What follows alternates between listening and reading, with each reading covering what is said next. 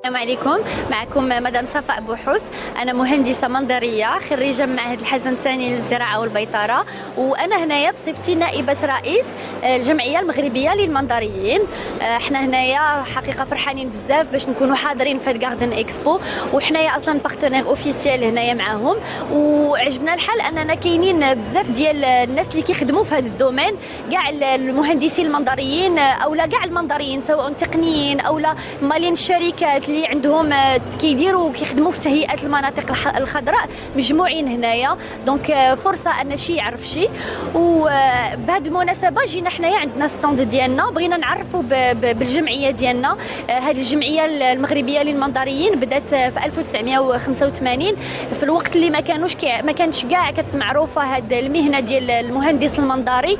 الحمد لله الفضل كيرجع للمعهد الحسن الثاني للزراعه والبيطره.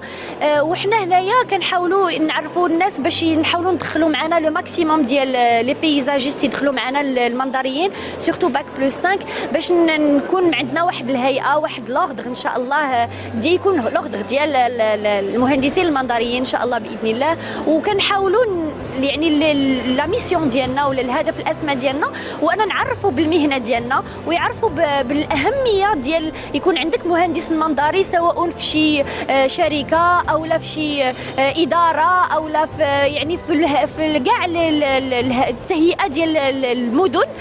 يكون عندك مهندس منظري ما عنده غير يزيد لك في الاهميه ديال لاميناجمون ديالك.